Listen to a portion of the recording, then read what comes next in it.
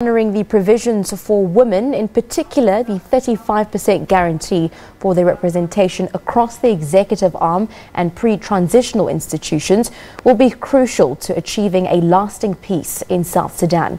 That was the message delivered to the UN Security Council after a joint visit by African Union Commission and the UN's Department of Peacekeeping Operations and UNWOMEN in early October. The joint visit was part of two organizations' role as guarantors of the Revitalized Agreement on the resolution of the conflict in South Sudan, which was signed on the 12th of September in Addis Ababa. As part of the three-day visit last month, the delegation met with stakeholders from the ground up, particularly women who've borne the brunt of almost 5 years of civil war. Our consultations in the country were telling in this regard. While hopeful, the confidence of the women we spoke to in Bentiu, both from the town and the protections of civilian site, was low. They noted that despite the agreement, their families were still falling victim to the violence. They stressed that this is not their war. They appealed to us and their leaders not to forget them, to create a protective environment and to ensure that women are included as key actors in the full implementation of the agreement. While the delegation pointed to the slow implementation of transitional agreements, they welcomed the participation of opposition leader Riek Machar at peace celebrations in Juba on October 31st, an event where President Salva Kiir apologized to the people of South Sudan for the immense suffering exacted by this conflict. Notwithstanding some confidence-building measures, concerns remain that there can be no viable, sustainable peace unless parties adhere to the permanent ceasefire amidst reports of sporadic fighting in some parts of the country. A 35% quota of women's representation across the executive arm, the Council of Ministers and pre-transitional institutions continues to fall short, with women on the ground raising the alarm. On the new bodies, the National Transitional Committee now has 10 members and 1 woman, which is 10%.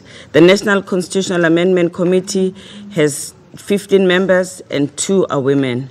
No women in the Independent Boundaries Commission and the Technical Boundaries Commission or the Joint Transitional Security Committee.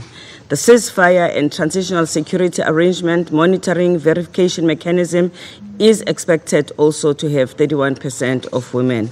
None of these currently formed institutions meets the 35% quota. This is important not to miss out. It is important to take correctional action.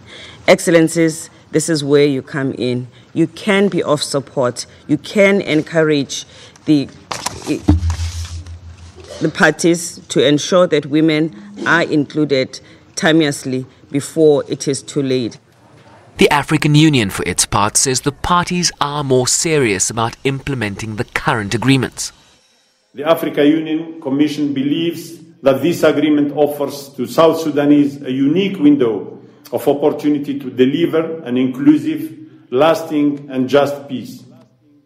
However, as my colleague mentioned, both the African Union and the UN are very much aware of the skepticism surrounding the ability of the parties to deliver on their commitments. As a result, some international partners are yet to sign as guarantors.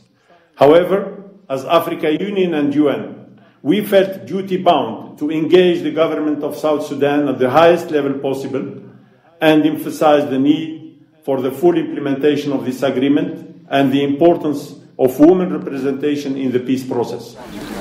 New estimates suggest some 400,000 people died during the civil war, far higher than previously reported, while causing displacement of 2 million internally, with an additional 2.5 million fleeing into neighboring countries as refugees.